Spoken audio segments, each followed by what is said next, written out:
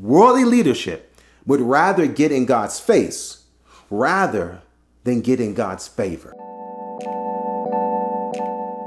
Grace and peace, everybody. Welcome to Sabbath School Study Group. This is part number 5 of this 5-part series, The Nations.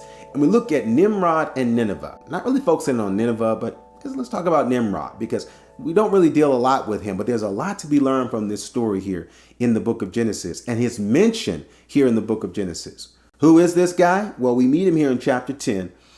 And Cush begat Nimrod, and he began to be a mighty one in the earth. He was a mighty hunter before the Lord. Wherefore it is said, even as Nimrod, the mighty hunter before the Lord, and the beginning of his kingdom is Babel and Erech and Akkad and Calneh in the land of Shinar.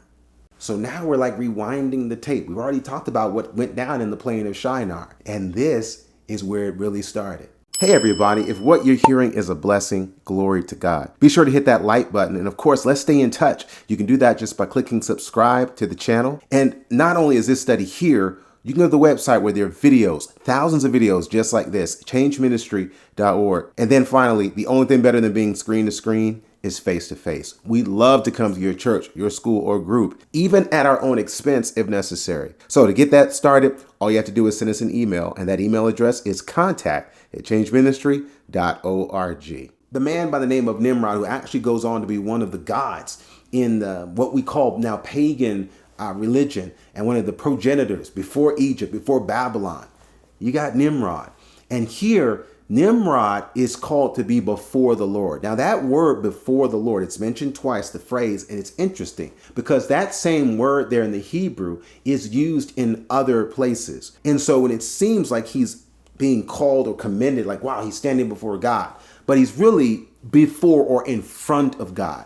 Nimrod is growing up in front or as an affront to God, in effect, getting into God's face. So when you read other verses, for example, here in chapter 4, verse 6, where that word here is used before, the word here in verse 6, the Lord said unto Cain, why art thou wroth, and why is thy countenance fallen? That word countenance in the English, it's the same word there in the Hebrew, referring to Cain's face. So then when you go on to read the rest of the chapter later on, it says Cain went out now from the presence of the Lord. That word presence is the same Hebrew word that was called countenance in English and before in the other verses. So Cain goes out from the presence or the face or in front of the Lord, and he dwells in the land of Nod on the east of Eden. The worldly mindset and this carnal response in leadership is to stand in front of God. When you look at the nations even today, how many countries claim God as God? How many countries proclaim Jesus as Lord? You can go down the list. You can go to the UN. You can look on Wikipedia. It doesn't matter. The world has turned its back on God.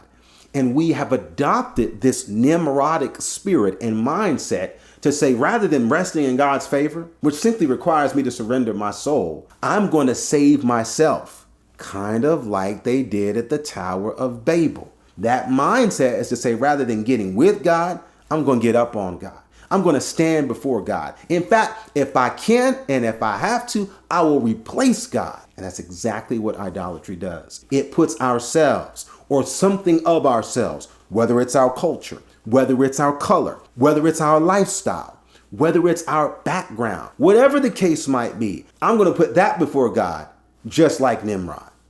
Brothers and sisters, we want to be in God's favor. I don't want to get up in his face. In fact, why would I waste my time doing that when I know that that face is looking down on me in love? When I know that his hands gave me his only begotten son, and that Jesus came not just to be Lord, but to love and lead us home to a place where he is king. I want to pray today, and we want to pray that God will give us victory from this Nimrod mindset to see where it eventually leads, and to know that we can have the blessing now through Christ of resting in God's favor